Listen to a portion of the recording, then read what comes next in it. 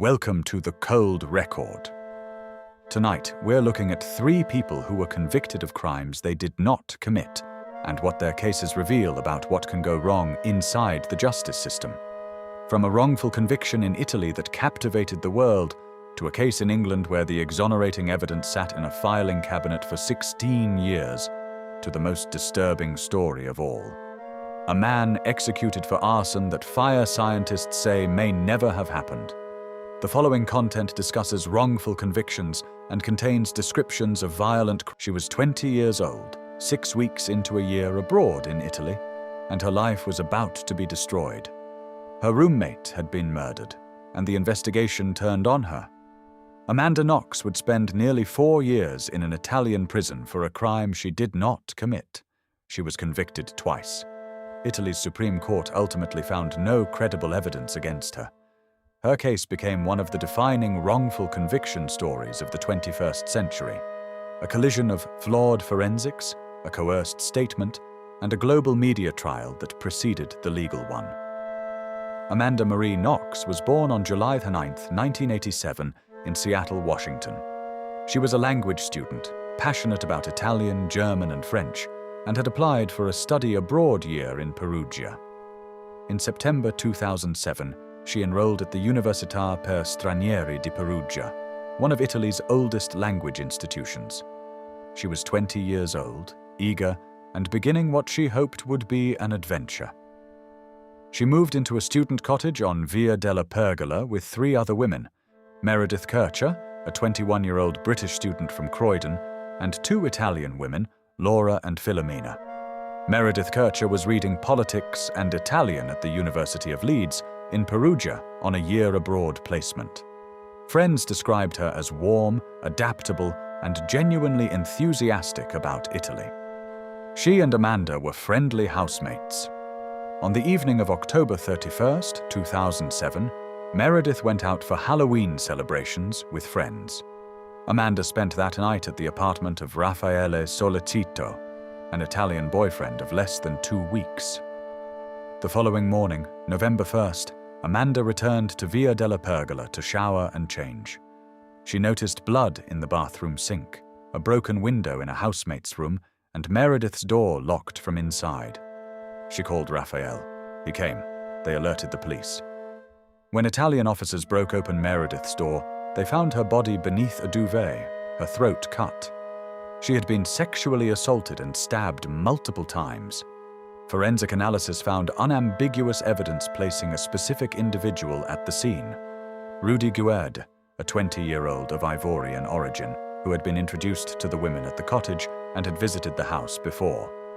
Gued's DNA was found on and around Meredith's body, along with his palm print and fingerprints. He fled to Germany after the murder. German police arrested him on a train near Nuremberg. He was later extradited to Italy. While Gued's guilt was being established, Italian investigators turned much of their attention toward Amanda Knox. Her behavior in the hours after the body was discovered struck officers as strange, too composed, too intimate with Raphael at the crime scene perimeter. On the night of November 5th to 6th, Knox was brought in for a second interrogation.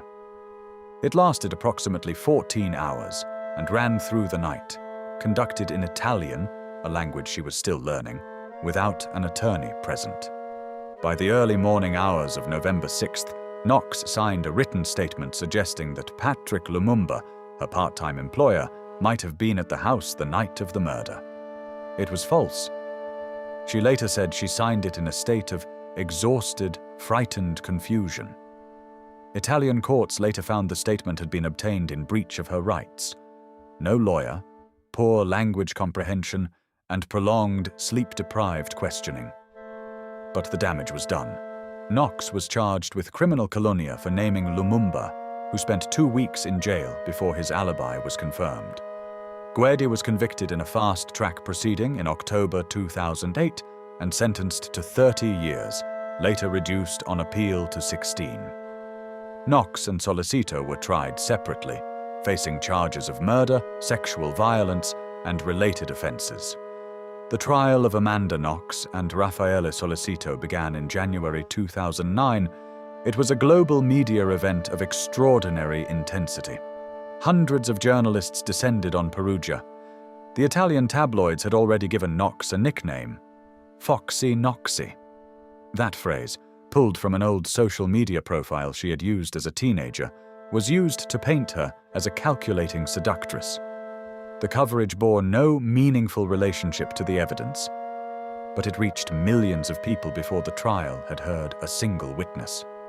The central physical evidence against Knox and Solicito consisted of two items: a kitchen knife from Solicito's apartment, on which analysts claimed to find traces of Meredith's DNA, and a bra clasp collected from the crime scene 46 days after the murder.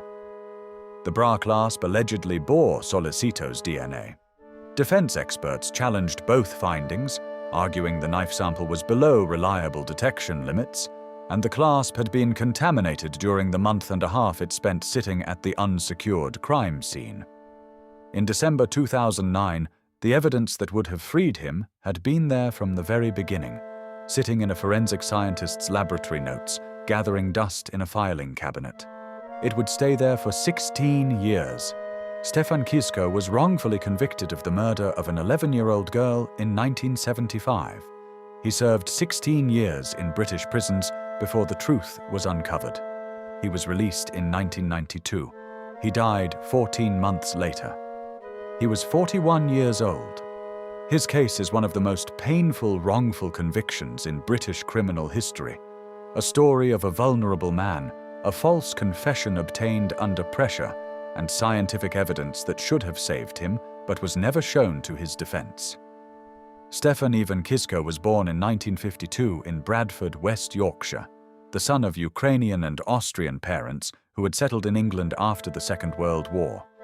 He grew up in Rochdale, Lancashire, a mill town about 20 miles northeast of Manchester. Kiszko suffered from hypogonadism, a condition in which the body produces insufficient sex hormones. He had been receiving testosterone injections since his teenage years to manage it. The condition had significant effects on his physical development and his social life. He was, by his own account, and the accounts of those who knew him, a shy and isolated young man. He lived with his mother Charlotte in a terraced house in Rochdale. He worked as a tax clerk. He was 23 years old in the autumn of 1975. Leslie Mulseed was 11 years old, one of 7 children from a family in Rochdale. On Saturday, October 4th, 1975, she left her home on a short errand to buy a newspaper from a nearby shop. She never came back. Her body was found 5 days later, on October 9th, on a moorland track near Rishworth in West Yorkshire, approximately 10 miles from her home. She had been stabbed 11 times. There was semen on the outside of her clothing. West Yorkshire police launched a major investigation. The murder of a child in a small community is an event that fractures everything. Detectives worked through dozens of names in the weeks that followed. Stefan Kiszko came to police attention because of a separate, minor incident. Some months before Leslie's disappearance, he had reportedly made an inappropriate remark to some young girls near his home. The complaint had been recorded, but not pursued. Investigators recalled the complaint and brought Kiszko in for questioning. What happened in that police station over several sessions remains disputed in its details. What is not disputed is that Kiszko eventually signed a confession to the murder of Leslie Mulseed. The confession described driving Leslie to a remote location, attacking her, and leaving her body on the moors. It contained details about the crime that investigators said only the killer could have known. It became the cornerstone of the prosecution's case. At trial in 1976, Kiszko retracted the confession entirely. He told the jury he had not killed Leslie. He said the statement had been produced under sustained pressure, that he had been confused and frightened and had eventually told the police what they appeared to want to hear. The jury convicted him. He was sentenced to life imprisonment. The judge described the crime as one of the most appalling cases he had encountered. Kiszko was 24 years old. He was taken from the court and transferred to prison. In prison, Kiszko suffered enormously. He was classified as a child killer, the lowest category in the prison hierarchy, and endured years of sustained abuse and violence from other inmates. There were ongoing concerns about his mental health. His mother, Charlotte, never accepted the conviction. She wrote letters to lawyers, politicians, and anyone who would listen. She visited him consistently throughout his 16 years of imprisonment. She kept the case alive when the rest of the world had moved on. The psychological toll on Kiszko was profound. Witnesses who knew him before and after prison described two different people. The shy but functional young man who had gone to prison came out damaged in ways that never healed. In the late 1980s, a solicitor's wife named Betty Campbell, who worked at the firm handling Kiszko's case, took it upon herself to review the original evidence. She requested the forensic scientist's laboratory notes from the analysis of the semen found on Leslie Molseed's clothing. What those notes showed was extraordinary and had never been disclosed to the defense. The semen found on the victim's clothing contained sperm cells. This was stated clearly in the forensic records. Stefan Kiszko, however, was medically confirmed to be azoospermic. His hypogonadism and the testosterone injections he received meant that his body produced no sperm whatsoever. This was a documented, verifiable medical fact. The logic of exclusion is absolute. A man whose body produces no sperm cannot have deposited sperm containing semen on anything. If the semen at the scene contained sperm, and it did, then on December 23, 1991, a fire destroyed a house in Corsicana, Texas. 3 children died. Their father escaped. He was convicted of arson and murder, sentenced to death, and executed 12 years later, maintaining his innocence until the end. After his execution, a team of leading fire scientists reviewed the physical evidence that had sent him to death row.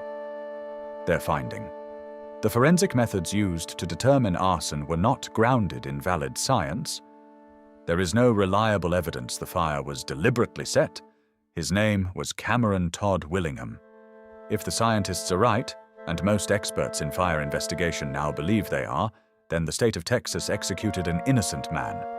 It is one of the most disturbing claims in the history of the American death penalty. Cameron Todd Willingham was born on January 9, 1968, in Ardmore, Oklahoma, and grew up in Texas. By 1991, he was 23 years old, living in Corsicana with his wife and their 3 daughters. His daughters were Amber, who was 2 years old, and twins Carmen and Cameron, who were 1 year old. He had a troubled personal history, arrests for domestic violence, a record of impulsive behavior, but by the accounts of those who knew him, he was devoted to his children. On the morning of December 23, 1991, Willingham woke to the sound of screaming. The house was on fire. He ran toward his daughters' rooms, calling for them. Smoke was already dense in the hallway. He was unable to reach them. He ran outside. He beat on the front door. He screamed for his children. A neighbor physically restrained him from re-entering as the fire spread. When the fire department arrived, the house was fully engulfed. All 3 of his daughters died inside. Corsicana fire investigator Manuel Vasquez and State Fire Marshal investigator Douglas Fogg responded to the aftermath. After examining the burn patterns and physical evidence, they reached a confident conclusion. The fire had been deliberately set. Their determination of arson rested on a set of indicators considered standard in 1991. Among them, what they described as crazed glass, the spiderweb cracking pattern on window panes, which they believed indicated the rapid, intense heat produced by an accelerant. They also pointed to pore patterns on the floor, char marks that appeared to trace trails where a liquid accelerant had been poured and ignited. They identified multiple points of fire origin, and they documented what they called a trailer, a burn path suggesting deliberate spread.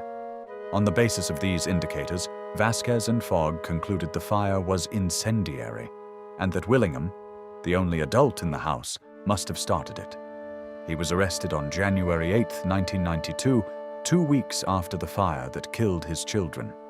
The prosecution's case rested on 2 pillars: the fire science testimony and the statement of a jailhouse informant.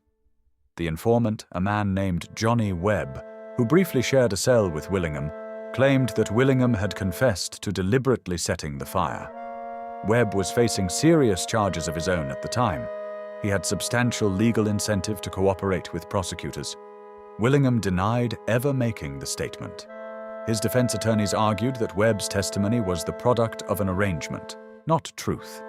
The prosecution also addressed Willingham's character. They noted his tattoos, his heavy metal music, and a poster that hung in his home. They suggested these were indicators of a dangerous personality, a characterization that had no bearing on any forensic fact. In August 1992, the jury convicted Cameron Todd Willingham of capital murder. He was sentenced to death. He was 24 years old. He was transferred to the Polunsky unit in Livingston, Texas, the state's death row facility. Willingham spent the next 12 years on death row, living in conditions of near total isolation, 22 hours a day in a small cell, limited contact with the outside world.